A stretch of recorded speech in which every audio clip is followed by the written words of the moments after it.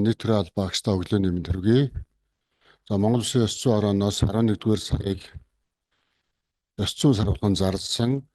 За энэ сарынхаа аяныг бол ёстой зүйтэй гэсэн ийм аяныг өрнүүлж байгаа. За энэ аяны хүрээнд зохион байгуулж байгаа нэг томоохон ажлын нэг бол энэ вебинар сургалт байгаа. Нийт төрийн албан агчид зориулсан. За энэ удаагийн 4 дахь сургалтыг төрийн албан агчийн ёс зүйн ба бодлого үйл ажиллагаа гэсэн сэдвээр ёс зүйн орооны дарга төрийн албаны зөвлөлийн гишүүн Амар Төгс удирдах явуулнаа. Тэгэхээр өнөөдөр төрийн албан агчийн ёс зүйн асуудал, ер нь ёс зүйтэй холбоотой ямар агуулга асуудлууд бид нэр анхаарч үзэж байгаа вэ гэдгийг товч мэдээлэл болгож та бүхэндээ танилцуулахар хэлсэн байгаа. Тэгэхээр хууль тогтоомж нь 2023 онд батлагдсанаас хойш ер нь ямар дагаж гарсан эрх зүйн актуудыг бид нар мөрдөж ажиллаж байна. Бодлогын хүрээ маань хэрхэн яаж тодорхойлогдов? За төрийн албан хаагчийн ёс зүйн зөрчлөөс урьдчилан сэргийлэх соёнгийн гэр бүл хүнсний хөтөлбөрийг батлагдсан. Энэ хүрээнд бид бас хэрхэн яаж хэрэгжүүлж төрийн албан хаагч бүр оролцоотой байх вэ гэдгийг товч мэдээлэл болгож танилцуулъя гэж бэлтгэсэн байгаа. Тэгэхээр өнөөдөр бид засгийн газар Монгол улс хөгжлийнхаа урт хугацааны бодлого алсын харааг тодорхойлсон байгаа. Энэ алсын хараа бодлогын зорилтод засаглалын хүрээнд чадварлаг ёс зүйтэй төрийн албыг бэхжүүлэх юм зорилт тавигдсан. Өөрөөр хэлбэл алсын хараа 2050 бодлогын баримт бичиг хэрэгжиж дууссан хугацаанд бид төрийн албанд ёс зүй, сахилга хариуцлагын оновчтой тогтолцоо бүрдэж ёс зүйтэй төрийн алба төлөвшсөн байна гэж ингэж тодорхойлсон байгаа. За түүнчлэн ер нь энэ төрийн албан хаагчийн ёс зүйн тухай хууль гарах болсон шалтгаан нөхцөлтэй уялдуулаад энэ төрийн албан хаагчийн ёс зүйн тухай хуулийг баталсантай холбогдуулаад гаргасан тодорхой хэдэн шийдвэрүүд байгаа. Энийг та бүхэн бас нэлээд дэлгэрэнгүй сайн мэдж байгаа гэдэгт итгэж байна. За хуулинд заасан шин тутам бий болж байгаа энэ хэм хэмжээнүүдийг хэрхэн яаж хэрэгжүүлэх юм? Мөн ёс зүйн тогтолцоо нь ямар байх вэ? Төрийн албаны ёс зүйн тогтолцоо ямар байх вэ гэдэгтэй холбоотой улсын их хурлаас гаргасан шийдвэрүүд болон ёс зүйн сахилга хариуцлагын байнгын ороо, одоо ёс зүй дэгийн байнгын орооны үйл ажиллагаа энд шийдвэрүүд харагдаж байгаа гэдгийг хэлье. Тэгэхээр энэ ёс зүйн тухай хууль тогтоомжийг бид дангаарна гэдэг юм уу хэрэгжүүлэх боломжгүй. Яагаад гэвэл төрийн албан хаагчийн ёс зүйн тухай асуудал бол өөрөө тухайн хувь хүнтэй холбоотой, за төрийн албатай холбоотой Монгол улсын үндсэн хууль тийм ээ бид дөнгөж сая одоо 100 дахь үндсэн хуулиа баталсны 100 жилийн хоогоо тэмдэглэн өнгөрүүлээд байгаа. Тэгэхээр Монгол улс ямар зарчмаар яаж хөгжих юм бэ? Монгол улсын хөгжлийн суурь юу байх вэ? Засаглал тогтолцоо ямар хэлбэртэй байх вэ гэдэгтэй холбоотой асуудлууд байна. Энэ хүрээндээ төрийн алба яаж ажиллах юм? Төрийн албаны тухай хууль бусад хууль тогтоомжуудыг нийцүүлж энэ ёс зүйн асуудалтай холбоотой уялдуулан хэрэгжүүлнэ гэдгийг та хэлье. За төрийн албан хаагчийн ёс зүйн тухай хуульд бид нар дунд хугацааны бодлогын баримт бичгийг бас батлахаар заасан байгаа. Тэгэхээр энэ дунд хугацааны бодлогын баримт бичиг гэдэг маань өөрөөр хэлбэл түрүүнд дурдсан алсын хараа 2050 бодлогын зорилттой хүрэхийн тулд бид нар ямар өөрчлөлт ахицыг бий болгох гээд байгаа вэ гэдгийг тодорхойлсон зарчим чиглэл байгаа юм. Тэгэхээр энэ дунд хугацааны бодлогын баримт бичгээ тодорхойлохдоо төрийн албаны зөвлөл ёс зүйн хорооноос маш олон өргөн хүрээний үе шаттай одоо санал хэлцүүлэг уулзалтуудыг зохион байгуулсан. Тухайлбал бид захим хэлцүүлгийг зохион байгуулад мөн бичлсэн хэлцүүлгийг зохион байгуулахад энэ дунд хугацааны ёс зүйн холбоотой бодлогын баримт бичигтээ 45 байгууллага албан ёсоор 520 саналыг ирүүлсэн байна. Бичлж оролцсон хэлцүүлэгт оролцогчид 489 саналыг одоо хэлж илэрхийлсэн. Тэгэхээр энэ өргөн хүрээнд гарсан санал хүмүүсийн ойлголт энэ бодлогыг хэрэгжүүлэх гэсэн хүсэл эрмэлзлийн үндсэн дээр бид төрийн албан хаагчийн ёс зүйн зөрчлөөс урьдчилан сэргийлэх үндэсний хөтөлбөрийг улсын их хурлаар батлуулж чадсан гэдгийг хэлье. Тэгэхээр энэ хөтөлбөр маань юунд зорж байгаа? Монгол улсын төрийн албан хаагчийн ёс зүйн зөрчлийн шалтгаан нөхцөлийг арилгахад эрсдлийг бууруулах цогц ажиллагааг олон нийтийн оролцоонд тулгуурлан явуулж ёс зүйн асуудлыг шийдвэрлэнэ. Мөн ёс зүйн зөрчлөөс урьдчилан сэргийлэх, соён гэгэрүүлэх, хянан шалгах, хариуцлага хүлээлгэх үйл ажиллагааны зохион байгуулалтыг сайжруулж төрд итгэх олон нийтийн илтгэлийг нэмэгдүүлнэ гэдэг ийм зорилгын хүрээнд томьёологдсон 4 зорилготой 12 зорилт 55 үйл ажиллагаатай энэ 30 он хүртэл хэрэгжүүлэх дунд хугацааны хөгжлийн бодлогын баримтчиг батлагдсан. Тэгэхээр энэ батлагдсан зорилтын хүрээнд улсын их хурлын тогтоолоор ямар үүрэг чиглэл өгсөн бэ гэхээр энэ хөтөлбөрийг хэрэгжүүлж дунд хугацааны болон жилийн төсөв төлөвлөгөө үйл ажиллагаа байгууллагынхаа стратеги төлөвлөгөөнд энэ зорилт үйл ажиллагааны хүрээнд холбогдох зорилтуудаа тусгаад хэрэгжүүлээ гэдэг үүргийг засгийн газар болон төрийн бүх шатны байгууллагууд, төрийн албан хаагчид, дид хороо томилго хэрэггүй албан тушаалтнуудад өгсөн байгаа.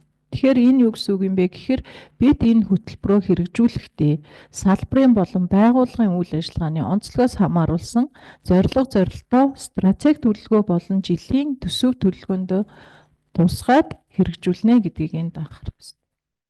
За бодлогын үед юм ба. Тэр энийг яаж хэрэгжүүлэх юм бэ гэдэг асуудал гарч байна. Энийг яаж хэрэгжүүлэх юм бэ гэхээр. Тэгэхээр энэ чигүүргийг хэрэгжүүлэх ёс зүйн хороо төрийн болон нутгийн удирдлагын байгууллагын дэргэдэх ёс зүйн дэд хороо, засгийн газрын дэргэдэх ёс зүйн дэд хороог байгуулж ажилуулахаар байгаа. Мөн хэрвээ зүүн юутай албан хаагчтай байгууллагын хувьд бие даасан дэд хороо байхгүй тохиолдолд томилго эрх бүхий албан тушаалтан энэ хууль болон бодлогыг өөрөө хариуцсан хэрэгжүүлэх үүрэгтэй.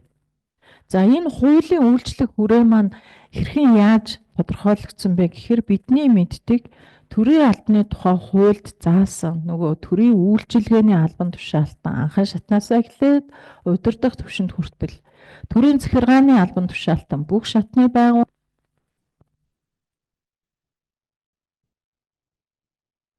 шатны албан хаагч нар за төрийн тусгай чигүүрэг хэрэгжүүлдэг байгууллагын холбогдох албан тушаалтан бүх шатны байгууллагууд төрийн улс төрийн албан тушаалтнууд хүртэл ангиллахын хүрээнд төрийн албаны хуульд заасан байдлаараа энэ хуулийн үйлчлэлд хамаарж байна. Мөн түнчлэн авилгын эсрэг хуулийн 413 414 гэдэг байгаа энэ тодорхой заасан эрх бүхий албан тушаалтнууд маань ёс зүйн хороо болон засгийн газрын дэргэдэх ёс зүйн хороо байгууллагын дэд хороонд хамаарч үйл ажиллагаагаа явуулна. Өөрөөр хэлбэл энэ хуулийн хүрээ их өргөн хүрээтэй болсон. Төрийн болон орон нутгийн өмчөд үйлдвэрийн газрын удирдах албан тушаалтан гүйцэтгэх удирдлагууд мөн төрийн нэрийн өмнөөс үйл ажиллагаа явуулдаг төрийн бус байгууллагын удирдах албан тушаалтнууд хүртэл төрийн албан хаагчийн нэгэн адилаар энэ хуулийг мөрдөж ажиллах нэ гэдгийг та бүхэнд бас хэлье.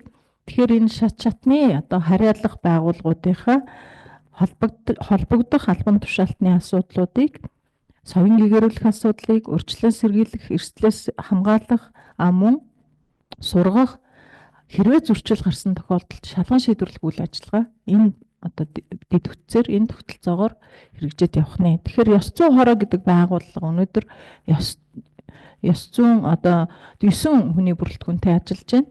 За төрийн албаны зөвлөлийн 5 гишүүн, бие даасан, хараад бус гэж нэрлэнэ, орон тооны бус 4 гишүүнтэйгээр ажиллаж байгаа гэдгийг та бүхэн өмнөх мэдээллүүд, сургалтын үйл ажиллагаануудаас авсан бахаа гэж бодож байна.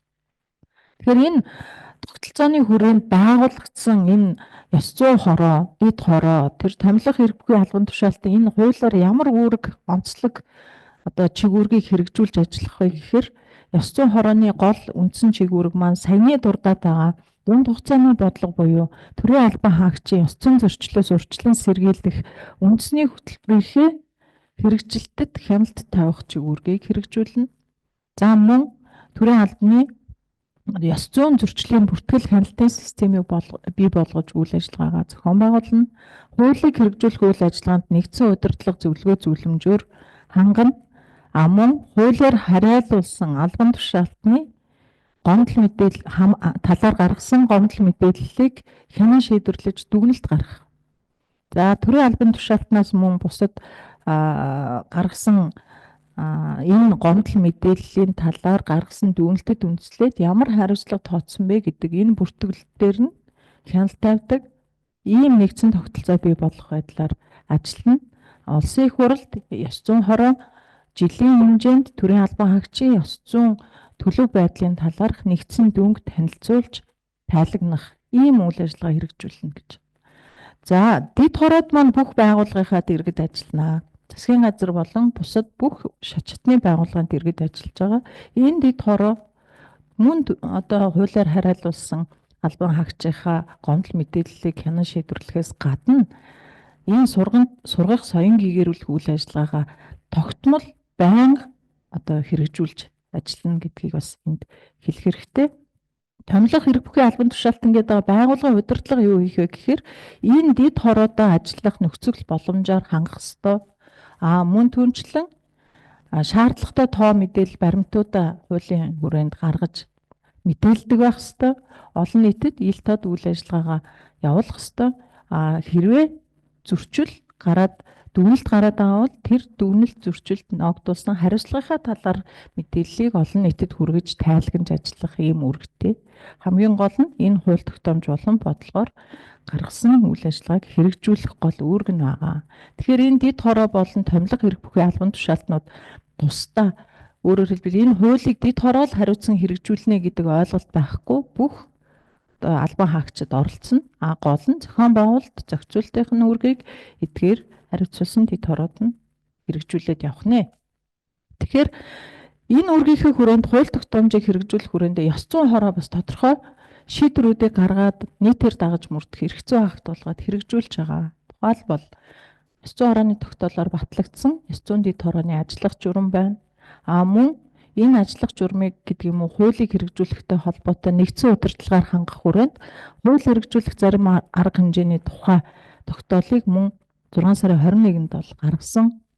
За, төрийн албан хаагчийн ёс зүйн зөрчил тэтгэрт хүлээлгэсэн хариуцлагын бүртгэлийг хөтлөх, мэдээллийн цахим сангаа удирдах хөгжүүлэх, олон нийтийн мэдээлэх журмыг мөн 8 сард батлаад ингээд мөрдүүлээд үйл ажиллагаагаа та бүхэнд танилцуулаад хэрэгжүүлээд мөрдүүлээд явж байгаа гэдгийг хэлье.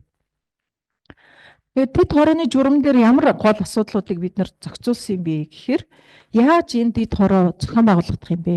Бий болох юм бэ гэдэг үйл ажиллагаа. Өөрөөр хэлбэл байгууллагынхаа хүмүүсийн албан хаагчдын тооноос хамаарат 3-аас 7 гишүүнтэй ажиллана.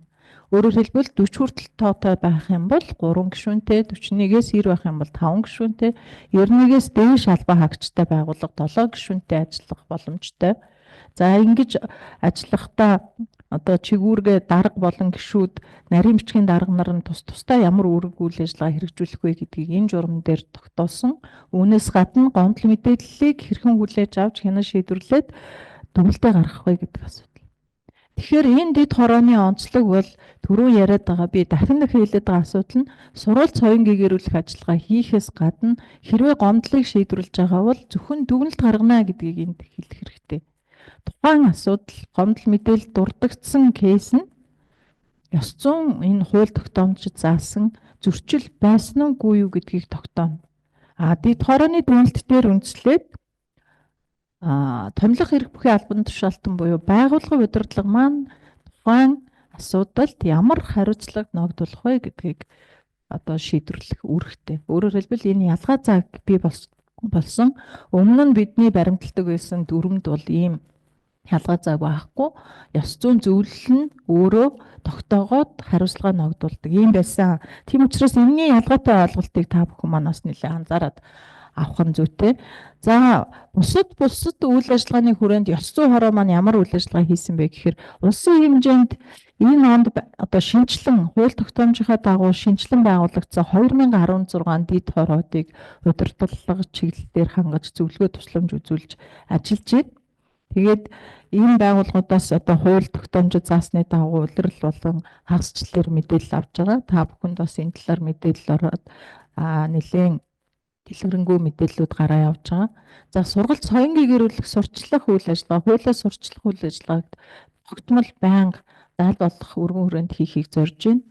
Хавар бид одоо бүх орон нутаг 21 аймагтаа очиж хурж ажилласан.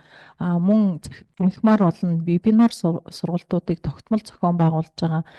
Одоо 30 гаруй одоо нэмэгдсэн өссөн дүнгээр бол 40 орчим мянган одоо албан хаагчид ямар ч байсан төрийн албан хаагчийн ёс зүйн тухай хууль, ёс зүйн зарчим юу юм, хэм хэмжээ юу юм гэдэг энэ ойлголт мэдлэгийг авсан гэж ингэж үзэж байна. Цаашаач бид нар системтэйгээр та бүхэнд мэдээлэл өгөх, хамтран ажиллах үйл ажиллагаагаа өргөжүүлж хэрэгжүүлнэ гэсэн. За мэдээж ёс зүйн хороонуудад хариалуулсан гомдол мэдээллийг бид нар хянан шийдвэрлэх үйл ажиллагааг хийж байна. Гомдол мэдээллүүд бол гарч ирдэг.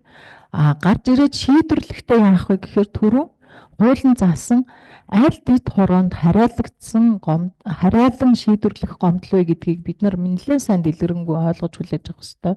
Ёс зүйн хороо төрийн албан хаагч бүрийн гомдлыг хянан шийдвэрлэхгүй харин хянан шийдвэрлэж байгаа байдалд нь хяналт тавиад энэ хуулийн дагуу хянан шийдвэрлэх ил тод байх зарчим хэрэгжиж байна уугүй юу гэдэг дээр зөвлөгөө зөвлөмжөх, удирдам чиглэлээр хангах үйл ажиллагааг байнга хийнэ. Энийг бас та бүхэн мань ойлгох. За нийт ирсэн гомдлуудыг бол бид нар байгууллага, төрөл, албан хаагч оногдуулсан хариуцлага мэдээллээр нь байнга одоо шинжилж, дүн шинжилгээ хийж үзэж байгаа. Мөн цаашдаа бид сургалт хэрхэн яаж явуулахын, эрсдлийг яаж тодорхойлохын, судалгаа яаж ямар аргачлалаар хийхин гэдэг энэ чиглэлийн ажлуудаа нэлээд өргөн хүрээнд хийгээд явж байгаа гэдгийг тухай бүр нь мэдээлэлээд явж байгаа гэдгийг бас хэлье. Байнгын үйл ажиллагаа явуулаад энэ одоо өнөөдрийн 10 сарын эцсийн байдлаар гаргасан тоо мэдээллийг харахад нийтдээ 395 гомдол улсын хэмжээнд яг бүртгэгдсэн дэд хороодод ирсэн байна. Энэ бүртгэлд хамрагдсан дэд хороодод ирсэн мэдээллийг үзэх юм бол 264 нь бол бичгээр ирсэн, зөвхөн хэлбэрээр ирсэн 32, утсаар ирсэн одоо 99 гэдэг юм уу ийм байгаа. Гэхдээ одоо энэ өргөдөл гомдол маань зөвхөн ёс зүйн зөрчлийн талаар гэдэг юм уу энэ хууль заасан гомдол бас биш байгаа даа. Тэгэхээр бид нар илүү одоо энэ зөрчилд ямар агуулга нь хамаарч ямар агуулга нь бусад бид түрүүний дурдсан хамтран хэрэгжүүлэх, уялдаатай хэрэгжүүлэх хууль тогтоомжийн хүрээнд шийдвэрлэгдэх вэ гэдгийг дэд хороод маань одоо ялгаж чадах бүрдүүлэхээр бид ажиллаж байгаа. За 395 гомдлоос бид агуулгаар нь аваад үзэх юм бол харилцаа хандлагын зөрчил нь 207 байна. Ажил үргээ хэрэгжүүлээгүй хангалтгүй байна гэдэг 99 гомдол байна. За гэх мэтлэнгээр ингээд гомдлын агуулгыг бид ангилж үзсэн. Дэд хороод маань бас бий болсон дэд хороод маань бас идэвхтэй энэ хуулийг хэрэгжүүлэх хүрээнд сайн ажиллаж байгаа. Аль болох энэ гомдлыг шийдвэрлэх бүрэн одоо тогтоох тэрнээсээ урьдчилан сэргийлэх ажлуудыг бид хийгээ явж байна. За энэ дэд хороодын гаргасан дүгнэлт дээр үндэслээд тодорхой хариуцлагуудыг хүлээлгэсэн байна. Тухайлбал одоо гомдол гаргагчид уучлалт гуйх ёстой гэж үзсэн 53 одоо шийдвэр хариуцлага хүлээлгэсэн байхад ганцаарчлсан хэлбэрээр сануулсан 62 одоо шийдвэр байна. За мөн байгууллагын албан хаагчдын өмнө одоо уучлалт сануулах ийм арга хэмжээг 68 авсан байна. 68% нь авсан байна. Энэ хуулийн хүрээнд ногдуулж байгаа 5 төрлийн одоо хариуцлага байгаа. Тэгэхээр энэ маань гомдол гаргагчаас уучлалт гуйх, олон нийтийн өмнө уучлалт гуйх, ганцаарчлан сануулга, байгууллагын хамт олонны өмнө сануулгах. Бүр энэ хэрвээ зөрчил нь харьлахгүй, давтагдах шинжтэй, хор хөнөөлтэй гэдэг юм уу, ийм байгаа тохиолдолд төрийн албанаас халах хүртэлх ийм арга хэмжээг энэ хуулиар авч хэрэгжүүлэх ийм боломжтой байгаа. Гэхдээ бид нэн тэргуунд халах гэхээсээ илүү энэ эрсдлээс урьдчилан сэргийлэх төрийн албан хаагчид байгууллага дээрээ энерги одоо соёлыг төлөвшүүлэхэд илүү хамтарч ажилласан байх ёстой гэдэг анхааруулга хэлж байгаа. За тэгээ бид энийг одоо тоо мэдээж хууль тогтоомжийн хүрээнд хэрэгжүүлээд шууд хараа шийдвэрлэхэд тун хэцүү. Тэгэхээр бид юуг яаж одоо зөрчил байна, зөрчил биш байна гэж тогтоогод байгаа. Ер нь энэ ёс зүй гэдэг юм чинь хэмжиж болдгийм үү гэдэг агуулга асуултууд гарч ирж байгаа. Тэгэхээр энэ хуулиар заагаал ёс зүйтэй хүн ёс зүйтэй албан хаагчийг төлөвшүүлж чадах юм уу? Энэ зан хандлагыг яаж хаанаас өөрчлөх юм гэдэг ийм маш олон асуудлууд та бүхэнд өдөр тутам тулгамдж байгаа. Та өөрөө ёс зүйтэй хүн үү гэж асуухаар бүх хүн магадгүй би ёс зүйтэй. гэж хариулна. Гэтэ энийг юугаар хэмжих вэ? Ямар ойлголт хандлагаар хэмжих вэ гэдэг нь өөрөө дараагийн шатны бидний нөгөө зөрчил мөн үү биш үү гэж тогтоох гээд байгаа асуудалтай байна. Тогтоох гээд байгаа. Тэгэхээр одоогийн бидэнд өгсөн хууль энэ зүйл маань зөрчил мөн үү, ёс зүйтэй хүн юм уу, гүй юм уу гэдгийг тогтоохдоо юун дээр суурилж байгаа гэхээр төрийн албаны үнэт зүйл дээр суурилж байгаа. Төрийн алба зохион байгуулалтаа үйл ажиллагааныхаа хүрээнд ерөнхий зарчим чиглэлээ тунхагладаг.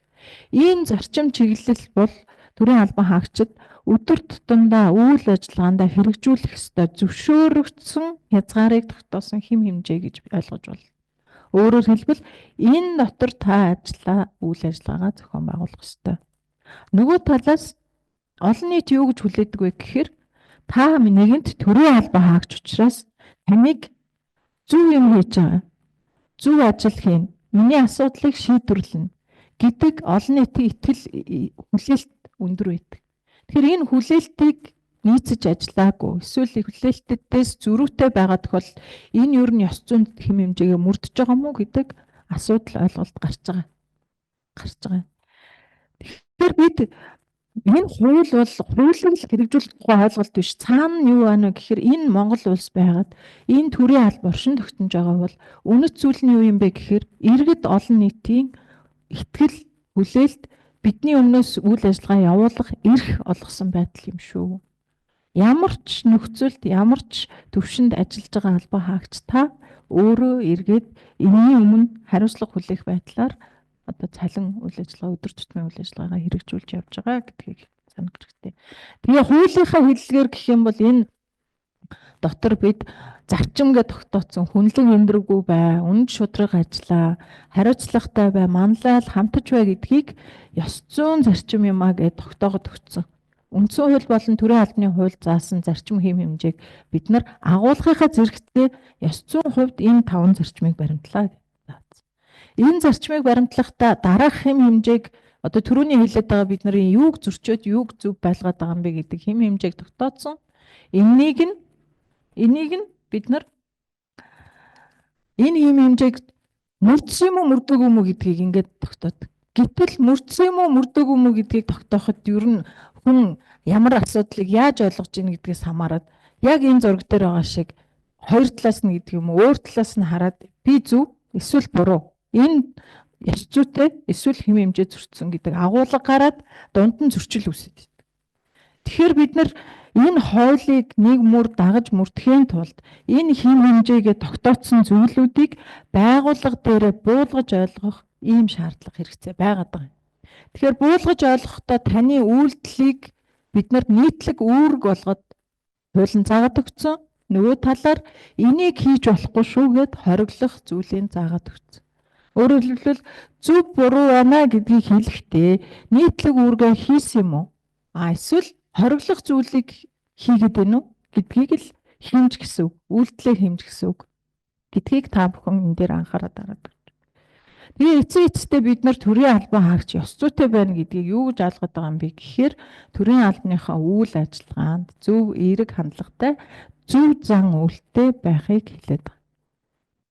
Ноён утга данцаа аривжаа ингэж хэлсэн байна. Зөв сэтгэлтэй бол буруу үгийг ч ойлгоно. Буруу сэтгэлтэй бол зөв үгийг ч хардна гэж хэлсэн байна. Тэгэхээр бид нар энэ хууль домжоор заасан юмыг өөрөөсөө холдуулж ойлголгүй. Энэ үг болгоныг нь зөвөөр тусгаж ойлгоод та өөрөө үн цэнтэй зөв хүн байна уугүй юу гэдгээ өөрөө өөр дээрээ хамт олон дээрээ байгууллага дээрээ ярилцдаг хэлцдэг байх эерэг зөв байх хандлага төлөвшүүлэх ийм шаардлага хэрэгцээ байгаа юм. Энэ хууль гарсны нэг одоо давуу тал гэдэг юм уу сайн зүйл нь бид нар одоо хууль хэрэгжүүлээгүй гэж хариуцлага ногдуулдаг юм уу хянан шалгадаг ийм дэд бүтэц биш. Та өөрөө зөв хүн байна гэдгийг чинь бодлон илрүүлдэг бусдад үлгэр дуурай болгохыг чинь дэмждэг ийм уян зөөлөн дэд бүтцийг бий болгож байгаа гэдгийг хэлдэг. Тэгэхээр энийг нэг өдөрч бий болгочихгүй л дээ. Байнгын тогтвортой үйл ажиллагааны хүрээнд бий болно. Энийг яаж болгох юм бэ гэхээр та өөрөө Энэ гадаад болон дотоод байгууллагын болон бусад нөлөөлж байгаа хүчин зүйл өөрчлөгдөж байгаа төлөв байдал өнөөгийн цаг үетэйгээ нийцүүлээд шинжлэгдэх ёстой. Өөрчлөгдөх ёстой. Шинэ соёлыг бий болгох ёстой. Гэхдээ менежментийн болон зан үйлийн шинжилгээ ухааны одоо судлаач эрдэмтэд юу гэж үзсэн бэ гэхээр ер нь өөрчлөлтийг хэрэгжүүлэх маш амаргүй. Бараг өөрчлөлт хий гэж ботсон болгоны 70% нь бараг амжилтгүй дуустсан шүү. Яагаад вэ гэхээр энэ өөрчлөлт та өөрөө байнгын тасралтгүй тэгээд энэ дээр итгэл сэтгэл хандлага өөрөө тэртээ итгэсэн байдал энэ өөрчлөлтийн төлөө зүтгэж байгаа байдал чинь хангалтгүй бол энэ өөрчлөлт амжилтгүй болж дуусна. Тэгэхээр энэ өөрчлөлт бол та болон танаа баг хамт олонны хамтын үйл ажиллагааны үр дүнд гарах ёстой. Бид төрийн албан хаагч болохынхоо хувьд энийг манлайлж ажиллах ёстой. Тэгээ энэ яагаад энэ ёс зүй өөрчлөлт манлайл гэдэг юмыг бид нар өнөөдрийн энэ хууль тогтоомжийнхаа өрөөнд яриад байгаа вэ гэхээр ерөөсөө хэрхэн яаж энэ хуулийг хэрэгжүүлэх юм бэ гэдэг арга ажиллагаа нь бол өөрөө манлайлалаар дамжиж хэрэгжинэ, харилцаагаар дамжиж хэрэгжинэ, өөрөө өөрөөс чинь дайдж хэрэгжинэ. Инхийн тулд магадгүй манлайлалаа хэрэгжүүлэхдээ зорилгоо энэ бидний зорилго мөн үү? Энэ хуулийн дээр тавьсан зорилго хэм хэмжээг бид хэрэгжүүлж чадж гин үгүй юу гэдгээ одоо зорилгоо нэг тооцоод үзчих хэрэгтэй. Дараа нь бид нар энэ хэм хэмжээг мөрдөхөд харагдахгүй үлгэр дуурайл үзүүлж чадж гин үү? Бие биендээ энэ албан хаагчид маань мөн олон нийтэд гэдгийг тооцож харж үзэх нь мөн төрөний хэлсэн төрийн албан хаагч болохынхаа тухайд энэ төрийн албаны болоод байгууллагын салбарын үнэт зүйл нь юу байна? Тэрэн дээр бид нэр төвлөрч тэр үнэт зүйлээ хадгалж хамгаалж тэр үнэт зүйлээ зөв байхын төлөө одоо илүү сайжруулж чадж байгаа мó өөрчилж чадж байгаа мó гэдгийг тооцож тодорхойлж үзэх нь мөн ёс зүй гэж юу юм? Яагаад ингэ хэмжих гээд байгаа юм? Эсвэл ёс зүй хэм хэмжээг би яаж хэрэгжүүлсэн юм? Яагаад болоод юу нь болохгүй байгаа гэдэг талаар албан болон албан бус байдлаар байнга ярилцжээ гэж. Байнга ярилцжээ. Сургалт болохоор л ярьдаг сэдв биш. Өглөө мэдлэгт чинь хүртэл орж ирэхэд чинь хүртэл ёс зүй асуудал нь байгаа шүү гэдгийг л хоорондоо ярилцах. Дараа нь хэрвээ бидний тогтоосон тэр үнэт зүйл ёс зүйн хэм хэмжээнд байгууллага дээр байгаа өдөр тутмын үйл ажиллагаанд ёс зүйн үйлдэл гараад ах юм бол түүнийг байгууллага дээр хилдэг, хариуцлага тооцдог ийм механизмыг бүрдүүлэх ёстой. Энэ ёс зүйн хариуцлага гэдэг бол дээрээс нь гэдэг юм уу ингээд нэг юм дэд байгууллага нь тооцдог ийм зүйл биш. Ёс зүйн харилцаа хандлагын өөрчлөлтөд чиглэсэн зүйл байдаг учраас таны өөрийн ухамсарын түвшинд хэрэгжих үйлдэл бол. Эргээгээд ёс зүйтэй үйлдэлүүдэд бид магтах ёстой. Магтах ёстой. Тухайлбал энэ дид хороодыг гэдэг юм уу энэ сарын аяны хүрээнд маш олон байгууллагууд санаачлагтай үйл ажиллагаа хийж байна. Та бүхэн харж л байгаа. Цагдаагийн ерөнхий газрын соёлыг түгээе гэдэг аян өргөн хүрээнд хийгээд байна. Энэ маань энэний л нэг үлгэрлэл бий болох гэдгийн л нэг бас зүйл байна. Галийн ерөнхий газар магадгүй энэ салбартаа хийж хэрэгжүүлж байгаа ажлууд нь олон нийтэд түгээд мэдээлэлтэй байна. Сонгон харахын дүүргийн тамгын газар, орон нутгийн тамгын газрууд маш олон сургалт шинэлэг ажлуудыг хийгээд төлөвлөгөөгөө хийгээд бодлого зорилтоо хэрэгжүүлээд ингээд явж байгаа төрийн албаны салбар зөвлөлөөч гэсэн энэ дээр манлайлж ажиллаж байгаа гэдгийг би бас энд хэлмээр байна. Тэгэхээр энэ ёс зүйн асуудал бол бүгд л оролцоотой байнгын шинжтэй бие биендээ хилдэг, сануулдаг, зөвлөдөг, магтдаг ийм үйл явц байх ёстой маа. Тэгээ энэ үйл ажиллагааг бид нэр яаж хийх гээд байгаа юм бэ гэхээр бид энэ ёс зүй шин соёл ажлыг сургалт үйл ажиллагаа, сонгон гэрэл үйл ажиллагаагаар хийнэ. За сургалтын үйл ажиллагаанд ёс зүйн хороо хуулиар тогтоосон эрхийнхээ хүрээнд төрийн албан хаагчдад ёс хийгдэх сургалтын агуулга ийм хүрээг тодорхойлж байгаа. Тэгээ энэ агуулга хүрээг тодорхойлсны үндсэн дээр танай салбар байгууллага нэгж яаж энэ хөтөлбөрийг өөрсдийнхөө албан хаагчдын онцлогт нийцүүлээд авах вэ гэдэг төлөвлөгөө гаргаад энэ агуулгын хүрээнд сургалтуудыг зохион байгуулна. Энэ агуулгаар зөвхөн хийгдэх сургалтын одоо хүрээг бол ёс зүйн хороо удирдам чиглэлээр хангана. Зүгээр харилцаа хандлага гэдэг юм уу, олон нийтийн тэ харилцах чиглэлээр хийгдэж байгаа сургалтууд бол төрийн болон төрийн бус байгууллагатай хамтран ажиллах ийм нээлттэй боломж байгаа. Бид энэ агуулгынхаа хүрээнд ёс зүйн дэд хороодыг болон шатлсан сургалтаар бэлтэн, сайжруулан, чадварыг дэвшлүүлэн, түнчлэн та бүхэнд яг энэ ёс зүйн бодлого, үйл ажиллагаа, хууль тогтоомжийг хэрэглэх заавар зөвлөмж өгдөг сурагч багш нарыг эх оноос бэлдээд сургалтыг өргөн хүрээнд явуулах юм төлөвлөгөө гаргаад ажиллаж байгаа гэдгийг хэлье. Ёс зүйн хороо байгуулагдаад энэ оны 2 сараас хойш одоо 10 сар л үйл ажиллагаагаа явуулж байгаа.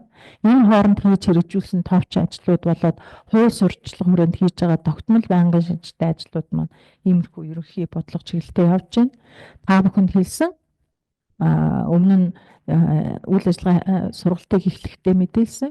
Энэ сарыг бид ёстой зүйтэй нөлөөллийн сар болгоод төрийн албан хаагчдын сургалт үйл ажиллагаанд ашигладаг цахим вебинар сургалтынхаа үйл ажиллагаанд тасралтгүй энэ агуулгуудыг өгсөн. Цэрэнбат одоо ёс зүйн хорооны маань гишүүн энэ төрийн албан хаагчийн ёс зүй болоод хувь хүний стресс менежмент ёс зүйн асуудалтай холбоотой мэдээллүүдийг төрийн албаны зөвлөлийн гишүүн Баатар сайхан гишүүн мөн энэ төрийн албан хаагчийн ёс зүй хууль гомдол мэдээллийг ер нь яаж хянан шийдвэрлэхтэй холбоотой мэдээллийг магадгүй чин цаг үед бид яаж энэ ёс зүйн асуудлын хэмжээгээ тодорхойлох юм бэ гэдэгтэй холбоотой агуулгыг төрийн албаны ёс зүйн хорооны гишүүн Бацүх гишүүн доктор профессор одоо та бүхэнд шин цаг үеийн гэж хэлж болох дижитал ёс зүйн асуудлыг бас анхаарч үзэх ёстой маа гэдэг агуулгыг хүргэсэн байна. Тэр өнөөдрийн миний одоо агуулга бол хуулийг ширхэгжлийн ярахын зэрэгцээ хамгийн гол мотивац нь та өөрөө шүү. Энэ хуулийг хэрэгжүүлнэ гэдэг зүйл маань нэг хавцанд байж идэг, тайлан гарах болохоор тоо цуглуулдаг ийм ажил биш бөгөөд ёс зүйн асуудал бол бидний өндөр тутмын үйл ажиллагаагаа үндсэн төрийн бодлого үйлчилгээг хүргэхэд шаардлагатай дэмжлэг үзүүлэх уян хатан механизм байна гэдгийг бас мэдээллээд өнөөдрийн одоо бэлтгэсэн мэдээллээ өгөр өндөрлөе. Тодорхой асуулт одоо байвал бид нар харилцан ярилцах боломжтой. За баярлалаа. Суулт асуугаад байгууллагын нэрийг тодорхой бичих юм бол бид нар байгууллагын хаягаар асуултанд хариулаад явуулнаа. За одоогоор асуулт байхгүй байна. За бас нэг зүйлийг мэдээллээ. Бидний энэ юун дээр тавьсан илтгэлийн хамгийн сүүлийн хуудсанд байгаа ёс зүйн хороо маань ёс зүйн хорооны үйл ажиллагааны талаарх цахим хуудасаа ажиллуулж байгаа. Тэгэхээр энэ цахим хуудас дээр бид нар байнгын үйл ажиллагаа холбогдох мэдээллүүдийг тавьсан. Энд дараагийнх нь юун дээр энэ тэр юун дээр байгаа www.cig яатах ч байж аширгүй юм. www.ec.gov.mn гэд энэ сайтнаас та түрүүний одоо бодлого чиглэлүүдийг мөн хийж хэрэгжүүлж байгаа явцын ажлуудыг тоо мэдээллүүдийг харах боломжтой. Тэгэхээр таны хэрэгжүүлсэн үйл ажиллагааг бид нар тоо мэдээллийг дашборд хэлбэрээр байнга шинжилж энэ цахим хуудсанд мэдээлнэ. Мөн одоо сайн туршлагуудыг түгээн дэлгэрүүлэхээс гадна одоо хариуцлага хүлээсэн болон гарч байгаа кейсүүдийг одоо шийдвэрлэхтэй холбоотой арга зүйн удирдамж асуултуудыг мөн энэ цахим хуудсанда мэдээлж хариулах ерөнхий чиглэл мэдээллүүдийг энд бас оруулаад явна гэдгийг та бүхэнд хэлье. Холбоотой юу байна? Доош нь гүйл.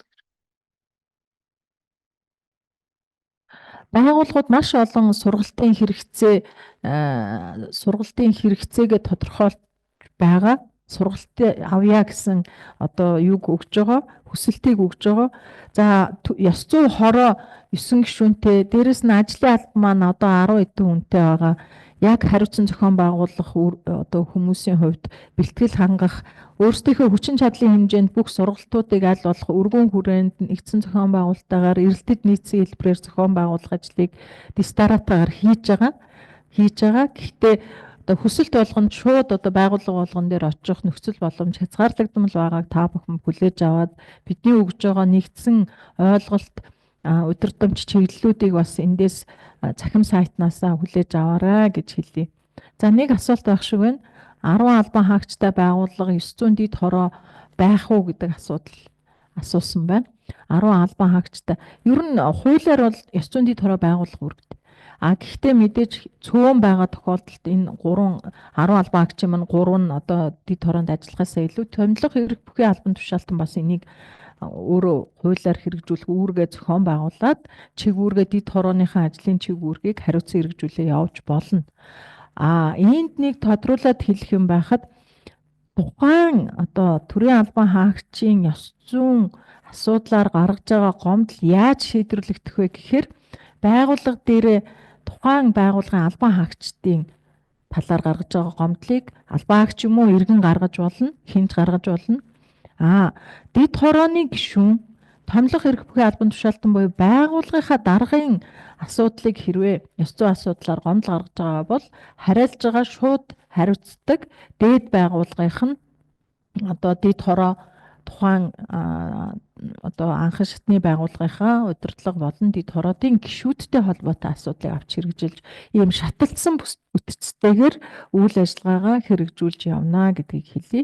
Тэгэхээр дид хороо маань байгууллага дээр байгаа дид хороо буюу 3-аас 7 хүн энэ хуулийг хэрэгжүүлэх бүх ажлыг хийнэ гэж огт тодорхойлж болохгүй.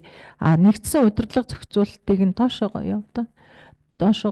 Тийм нэгдсэн удирдлага зохицуулалтыг нь хангаад явах юм учиртай гэдгийг бас дахин тодруулж хэллье.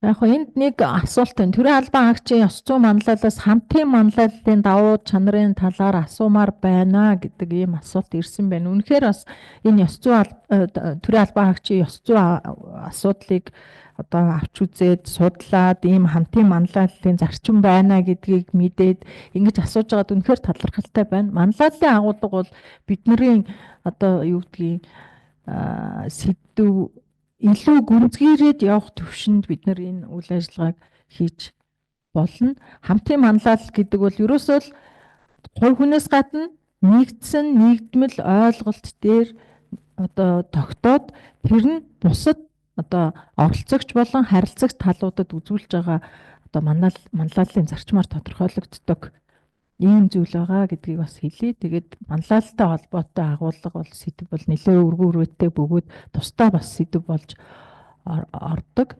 За ёс зүйн хорооны дарга нарийн бичгийн даргын сургалт хийж өгнө үү гэсэн бас давхар юу гарсан байна. Хийнэ бид нар энэ агуулга тодорхойлох төрийн албан хаагчийн ёс зүйн сургалтын агуулга тодорхойлох хэлэлцүүлгийг олон талын оролцоотой 2 өргөн үрээний хилцүүлэг хийсэн судлаач нарыг оролцуулсан болон бусад ёс зүйн чиглэлээр сургалт явуулдаг төрийн болон төрийн бус байгууллагуудын төлөөллөг оролцуулсан сургалтуудыг хилцүүлгийг хийгээд энэ агуулгад саналыг бол тусгасан. Нөгөө талаар тусгай чигүүргийн байгууллагуудын сургалт одоо энэ агуулгыг мөн хилцүүлээд энэ хүрээнд тодорхойлсон. Энийхээ дагуу бид нэр сургалтаа зохион байгуулна. Эх оноос бол шатлсан сургалтууд явнаа нэгдсэн гэдгийг хэлье. Энэ гаргаж байгаа бодлого шийдвэр эмхтгэл болгоод гарын авдлага болгоод гаргана гэсэн төлөвлөгөөтэй байгаа мэдээж бодлогыг эхлээд би цахимаар гаргана. Тэгэхээр цахим хэлбэрээр гаргасан сургалт тохиомл эмхтгэлийг бас та бүхэн авч хэрэглэх боломжтой байгаа. Тэгэхээр манай ажлын албатай холбогдоод энэ цахим хуудасаар болон энэ юун дээр шеэрлсэн байгаа утсаар холбогдоод та бүхэн дид хороод маань арга зүйн зөвлөгөө авч ажиллах боломжтой гэдгийг бас хэлье. Дараагийн асуулт байгаа даа.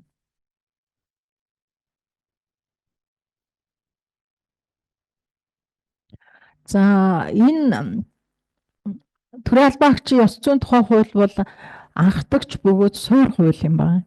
Төрийн албаны хүрээнд нөгөө миний түрүүн мэдээлэлд дурдсан энэ хуулийн хүрээлэнд хамаарагдж байгаа албан тушаалтнуудын үйл ажиллагаандаа баримтлах зарчим, нийтлэг хэм хэмжээ, шаардлага, үүрэг одоо хориглох зүйлээр тодорхойлогдсон байгаа.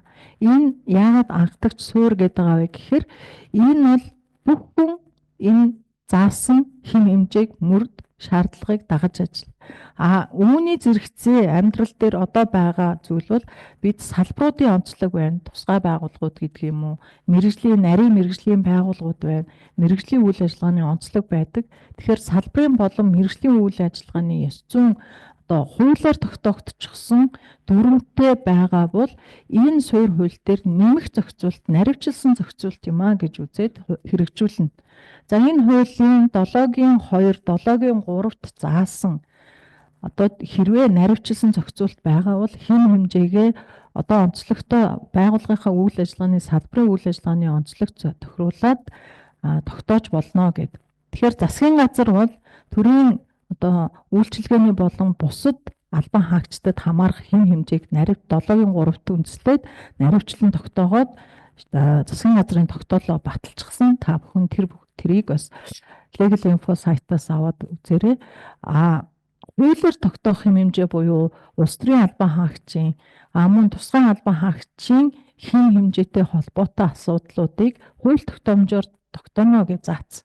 Тийм учраас энэ хууль гаргахаас өмнө зохицуулагдж байсан салбарын хуулиудыг одоо бид энэ хуулинд нийцүүлэх боловсронгүй болгох үйл ажиллагаа арга хэмжээнүүдийг засгийн газарт нэгдсэн байдлаар өгөөд улсын хурлын тогтоол бол засгийн газарт үүрэг өгөөд салбарын хуулиудын нийцлийг хангаж улсын хурлын чуулганд мэдүүлэх, улсын хурлд өргөн барих юм чигүүргийг хэрэгжүүлээ гэдэг ийм үүрэг чиглэл өгөгдсөн байгаа. Тэгэхээр одоогоор энэ бол боловсронгүй болгох хууль тогтоомжуудын нийцлийг хангах үйл ажиллагаа өргөн баригдаагүй байгаа учраас магадгүй зарим зохицуулалт хүлээгдэж байгаа юм шиг харагдаж болно. Гэхдээ түрүүн хэлсэн энэ хуулийг суурь байдлаар хэм хэмжээг нь мөрдөн нэмэх наривчилсан зохицуулт бол салбарын дүрмээрээ одоогоор явах ийм мэргэжлийн үйл ажиллагаанууд нь тусдаа явагдах юм байгаа шүү гэдгийг.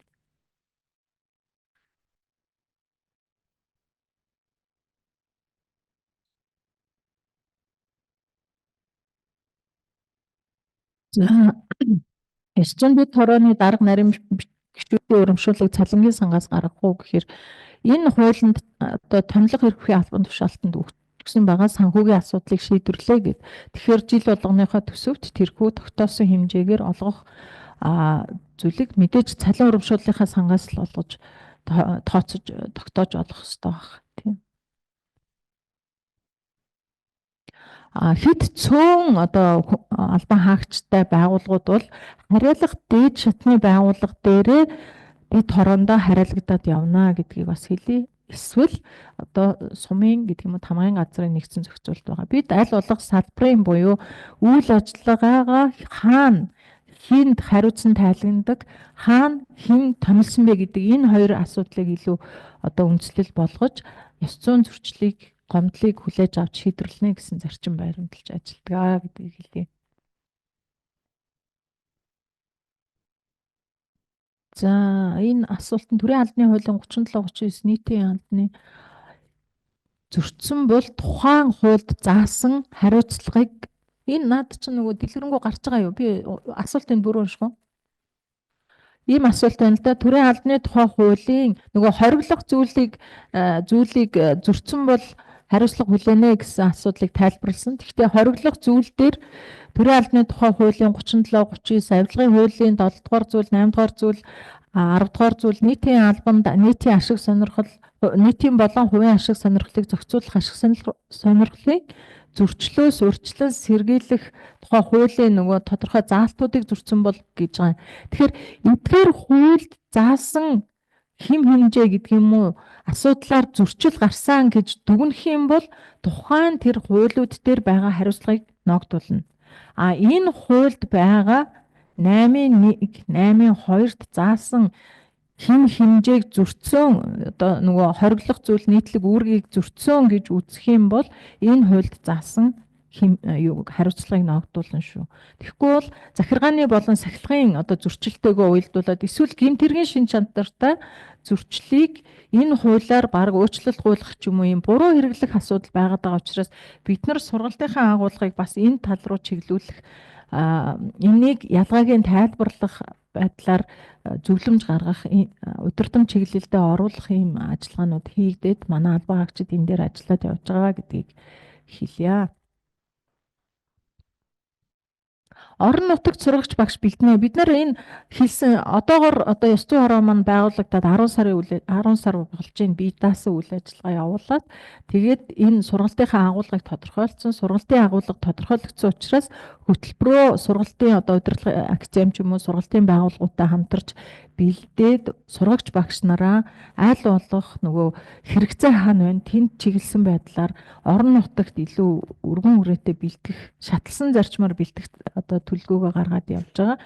Гэхдээ эхлээд сургагч багш болохын тулд та бүхэн маань бас өөрийн санаачлага гэдэг юм уу сургагч багш болгох хүсэлтэд илэрхийлэх бид нар бас хамтарч бэлтгэхэд юу яаж хүлээж авч хүсэлтийн дагуу бэлтгэж болно. Энэ цахим сургалтын энэ юунууд бичлэгнүүд маань төрийн албаны зөвлөлийн цахим сургалтын сургалт судалгаа гэсэн вебинар гэсэн зэсэл байхаас гадна ёс зүйн хороо бас энэ сайтанда энэ сургалтуудыг ёс зүйн чиглэлээр явагдсан сургалтуудын мэдээллийг бас оруулаад давхар явна гэж хэлье. Доошоо гүйлгээ явуулчих. Тэгээд маань дуусч байна. Маш олон асуудлууд байгаа. Тэгэхээр та бүхэн маань энэ хууль тогтоомжийг хэрэгжүүлэхтэй холбоотой хийж хэрэгжүүлж байгаа ажил болон үйл ажиллагааныхаа талаар дэлгэрэнгүй мэдээллийг ажлын албанаас холбогдож авах боломжтой. Бид нар энэ хуулийг хэрэгжүүлэх асуудал маань ялангуяа удирдах албан тушаалтнууд төрийн захиргааны төв болон бусад байгууллагуудын манлайлал чухлаа гэдгийг бүх шатнд ярьж байгаа. Ялангуяа уулзалт хэлцүүлгүүдийг хийж байгаа бичлсэн уулзалт хэлцүүлгүүдээр чиглэсэн ийм сургалтуудыг зохион байгуулад мөн төрийн албаны шинтгэлийн хүрээнд болон төрийн албаны хууль тогтоомжийг хэрэгжүүлэхтэй холбоотой зохион байгуулж байгаа хэлцүүлэг болгон дээр бид нар ёс зүйн манлайлал гаргаж ажиллах талаар удирдах ажилтнуудтай илүү мэдээлэл өгч ажиллаж байгаа. Гэхдээ энийг бол бид өргөн хүрээнд тал талаасаа бүгдээрээ ойлгоод удирдах ажилтны манлайлал болон төрийн албан хаагчийн манлайлал чухал шүү гэдгийг байнга давтан ярьж хэлж байх зүйтэй байгаа. За ерөөхдөө цаг маань болж байгаа юм байна тийм ээ. Өөр доошоо явдаг бол ёс зүйн дэд хороонд яаж хамаарах вэ, хэн байгуулах вэ, хэрхэн байгуулах вэ гэдэг ангуулгуудыг та бүхэн маань бас түрүүний яриад байгаа дэлгэрэнгүй мэдээллүүдээс аваарай. Тэгэхээр тамгын газар, сумын тамгын газар өөрөө дэд хороогоо байгуулна. Бүх шатны засаг дарга нарын ёс зүйн асуудлаарх гомдол мэдээллийг засгийн газрын дэргэдэх дэд хороо хамаарч хариуцаж шийдвэрлэхээр байгаа гэдгийг бас хэлье.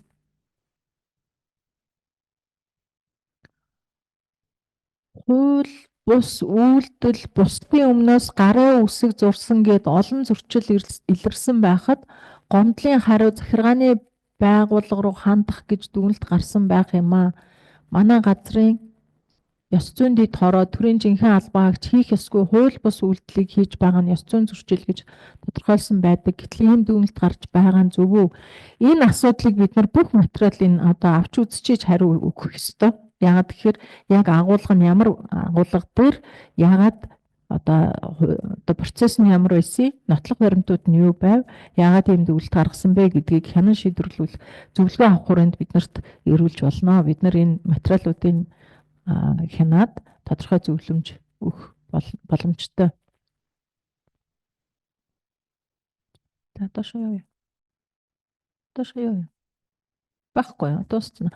За сургалтын үйл ажиллагаанд идэвхтэй оролцоод бас тодорхой мэдээлэл авах хүсэлтээ илэрхийлээд асуулт асууж идэвхтэй байгаа та бүхэндээ баярлалаа.